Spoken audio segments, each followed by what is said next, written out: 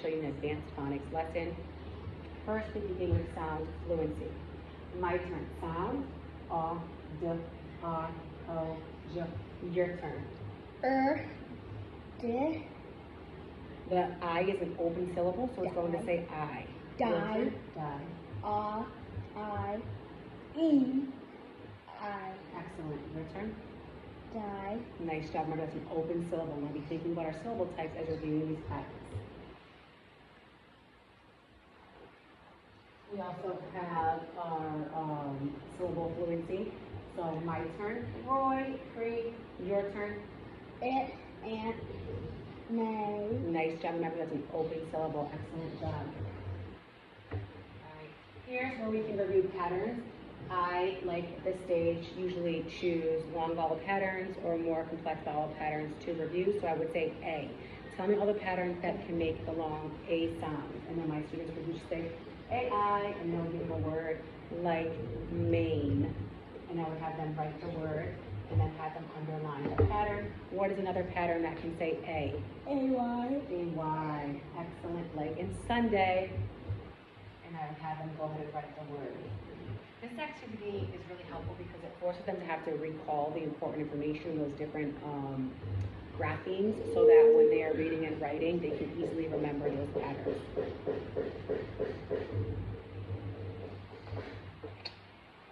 All right, and then we have our keyword. Our keyword is audition. The part that we're going to be studying today, the root is odd. To repeat after me, what is the root? Odd. Excellent. It means to hear. What does it mean? To hear. Excellent job. So the key word, once again, is audition. It's an interview for a particular role or job as a singer, actor, dancer, or musician, consisting of a practical demonstration of the candidate's suitability and skill. It is a noun. Here is a photograph of an audition. What do you notice? I noticed that there's a big line of people, and it kind of looks like there's a stage, and I think it kind of looks like everyone's waiting to perform on the stage for the audition. Excellent. I could use the key word as you were describing that photograph. She was nervous but excited for her audition for the school play, hoping to land a leading role. As we go through our lesson today, we're going to be reading and writing words with the root odd, which means to hear. Let's practice taking a look at some of the roots. The words that have the root odd. So as you can see in your speaker notes, if you're not sure of a definition, you can provide your student. The definitions are already provided here for you. So if we take a look at our first word, it's audible. Repeat after me. Audible. Audible. Excellent job. And for the word audible, the part of speech is an adjective. Okay? And then it means capable of being heard loud enough to be heard clearly. And then you can ask a guiding question. What are some ways to make sure your voice is audible when speaking to a group in a noisy environment? You can use like a microphone. Ooh, great idea. Or you could speak like, not yelling, but like talking louder. Excellent, those are great ideas. Auditorium. What is the word? Auditorium. Auditorium. Have you ever heard of the word auditorium? Yes. Where have you heard it? I've heard it on like a paper. It says like when you're going somewhere, it might be at the auditorium. So like on a piece of paper, it might say where it is, and then it might say the auditorium. Excellent. So an auditorium is a large room or building where people gather to watch performances or listen to speakers.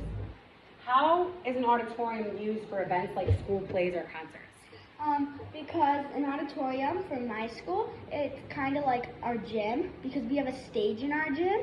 So if you have like, it's like where you have like a stage, so everyone can perform their act or whatever they're doing. Excellent. And then you would continue through the rest of the words, going over the word, the part of speech, and then the definition, and then asking your students the guiding question to help them use that vocabulary word in a meaningful way. And then we get into our big word routine, which is the same as the multisyllabic routine. You circle your prefixes, you box your suffixes, you put a line under your vowel graphemes, And then you use your syllable knowledge to decode the vowel sounds, making that scooping mark. And then remember to tell our students to be flexible. Sometimes there are some graphemes that are going to have more than one sound, so you need to be flexible to flex that vowel sound. And then check the context for clarification. So taking a look here, look at our first word here. Eva, what do you notice in this word? I noticed that in the beginning it has the word odd. Excellent job. What else do you notice?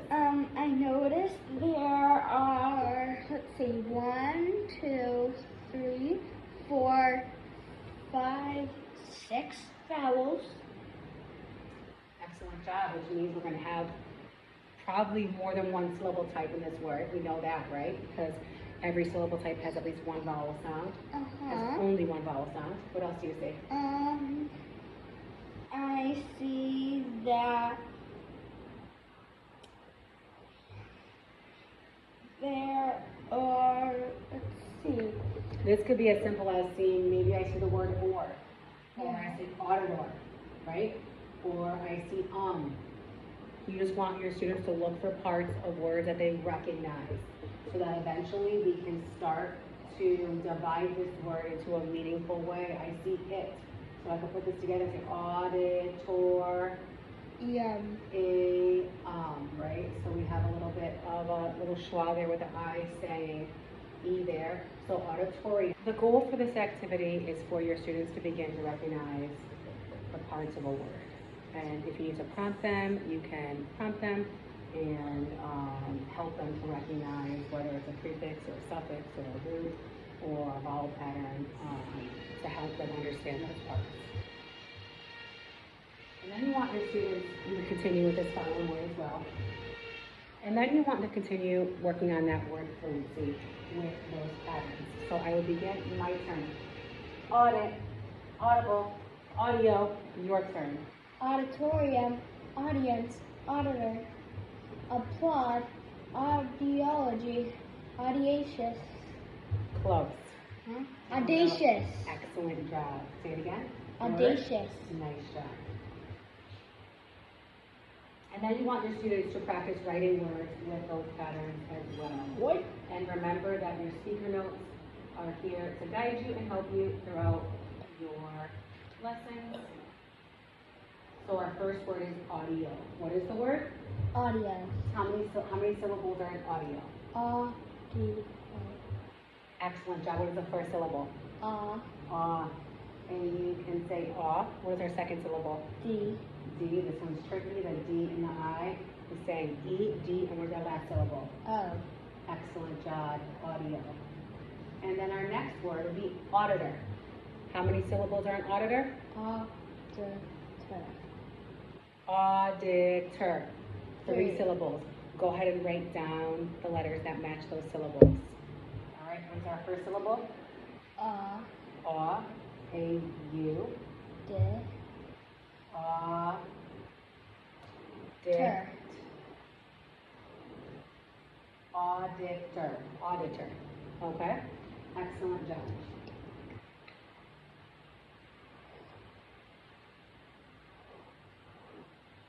And then here's just another activity. It's a word matrix, right? If you look at the word matrix here, it's a graph that increases your vocabulary and strengthens their morphological skills because it helps them to better understand the meaning of words and how they're related.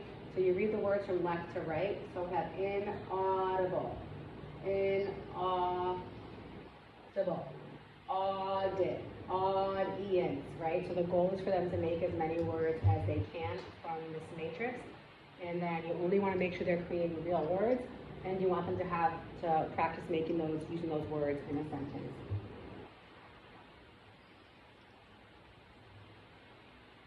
And then here's where we work on our oral language skills and really get our students using those vocabulary words that we've talked about throughout the entire lesson. So here's your list of words, right? Here's your scaffold. You're providing words for your students. You're providing a picture.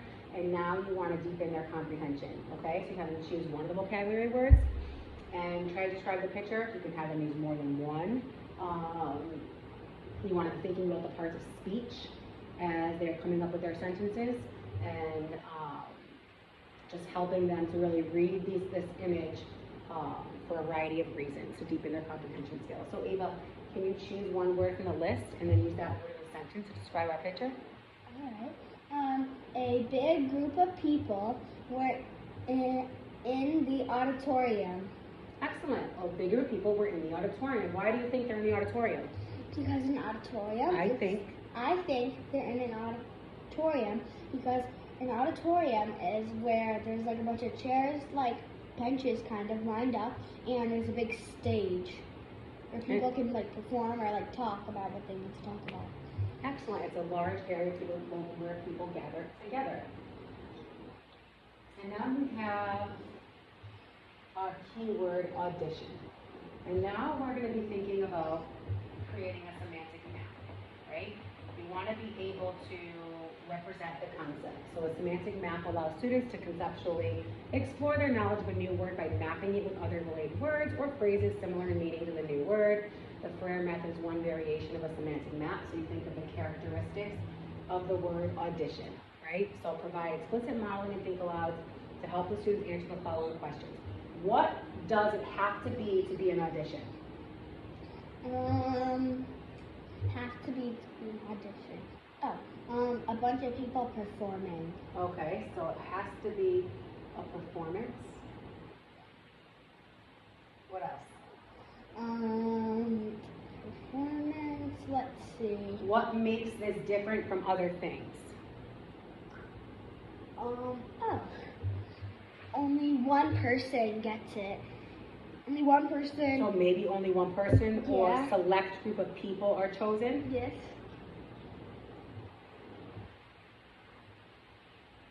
Good. And then we have our examples. Here are our synonyms or concrete examples of the word to help build vocabulary. So what could be another word for audition? Or what are some other words or terminology you've heard used in place of the word audition? Let's see.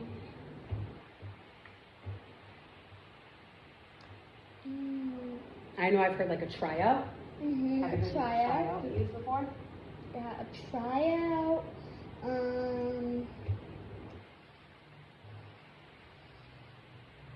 That's okay, we can come back to it if you have a hard time thinking of those ones, no worries. A non-example. Brainstorm things that are definitely not associated with this term. So opposites, think antonyms. And non-examples are a great way to explain what the feature word does not mean. So what would be the opposite of an audition? A play? Well, So if audition means you have to perform, a selected group is chosen, what's the opposite of that?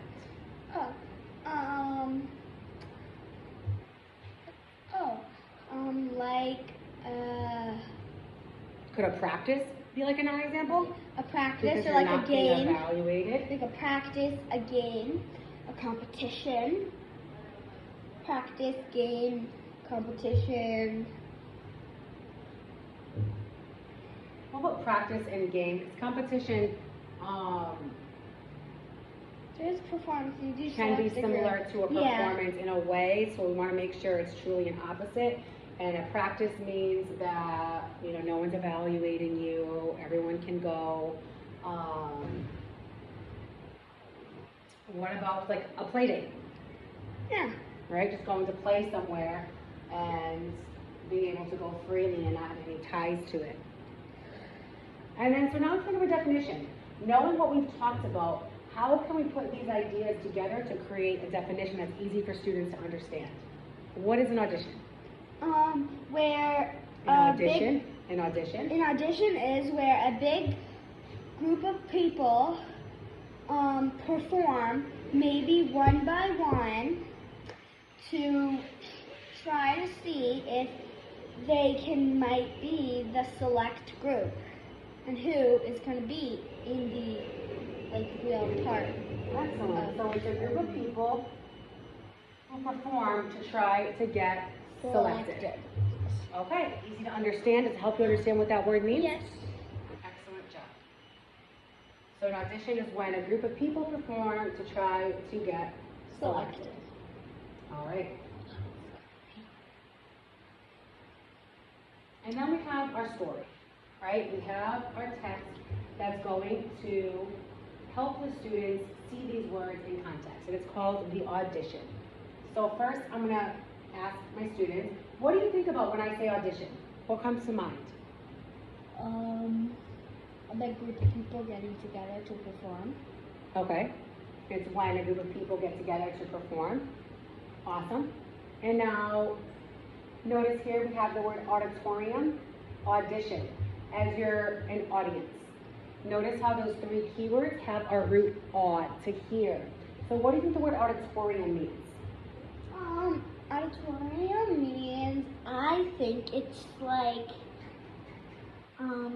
auditorium means it's like a big room where a bunch of people go and sit to like maybe watch a play.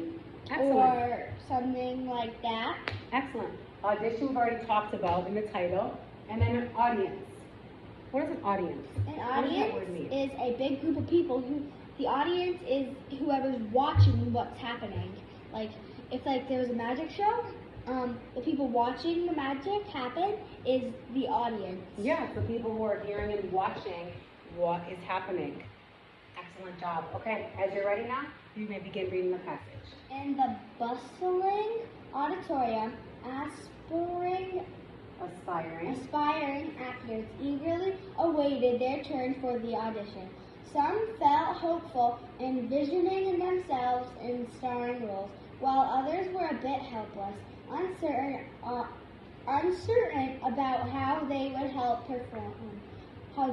perform. But they knew that the helpful director and the experienced helpers were there to guide and support them. Each actor showcased their talent and passion for the play. Some delivered lines with such confidence that the director was hopeful they had found their leading roles. Others initially feeling hopeless, surprised everyone with their hidden potential. Awesome job.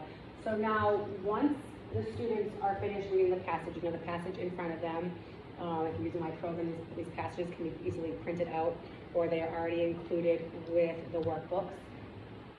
After they've read through it once, then have them go through it again, and then work on getting the gist of each section of the passage.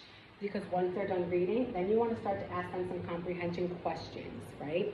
And then you want to really make sure they have a strong understanding of not only what's happening in the story, but of the key words that were used throughout the entire lesson. And then, as you notice, I started scooping the phrases.